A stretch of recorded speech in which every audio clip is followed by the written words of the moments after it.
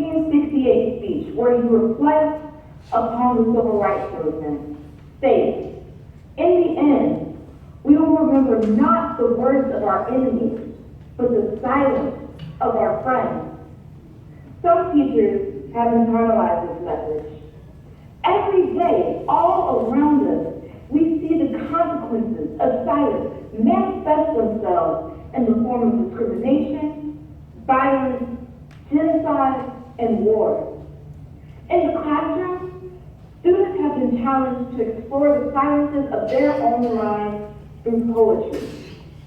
We work together to fill those spaces, to recognize them, to name them, to understand that they don't have to be sources of shame. In an effort to create a culture where students feel safe sharing the intimacies of their own silences, there are 4 core principles. Read critically, write consciously, speak clearly, tell your truth.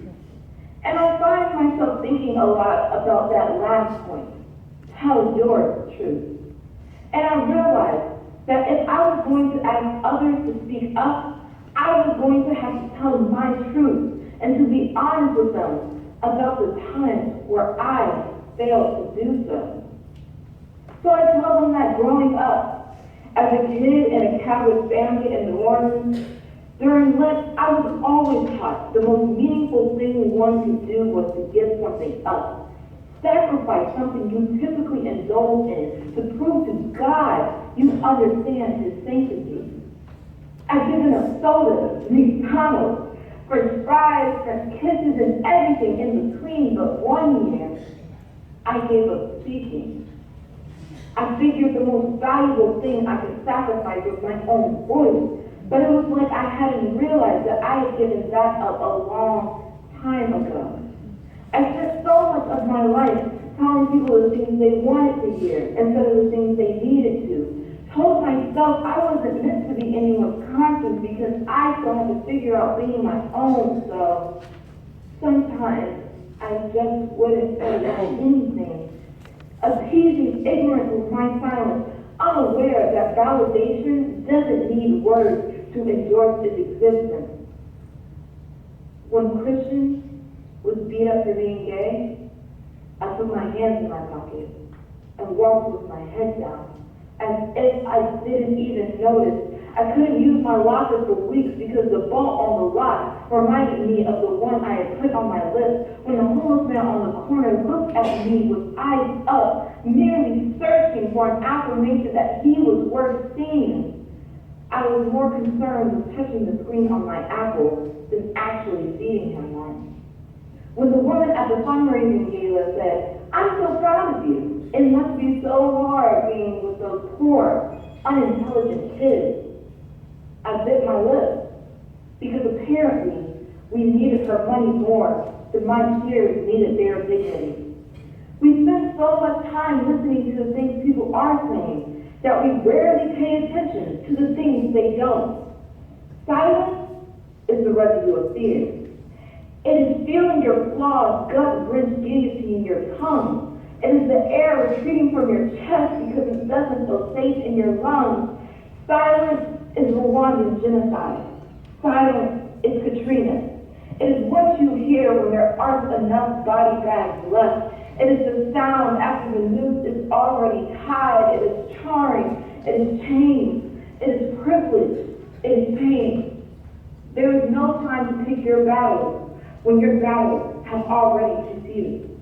I will not let silence wrap itself around my indecision. I will tell Christian that he is a lion, a sanctuary of bravery and brilliance.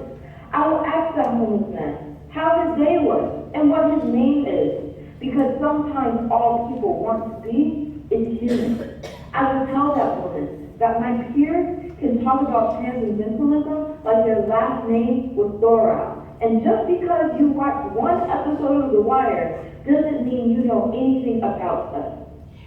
So this year, instead of giving something up, I will live every day as if there were a microphone tucked under my tongue, a stage on the underside of my inhibition, because who when all you have ever needed is your voice. Amen.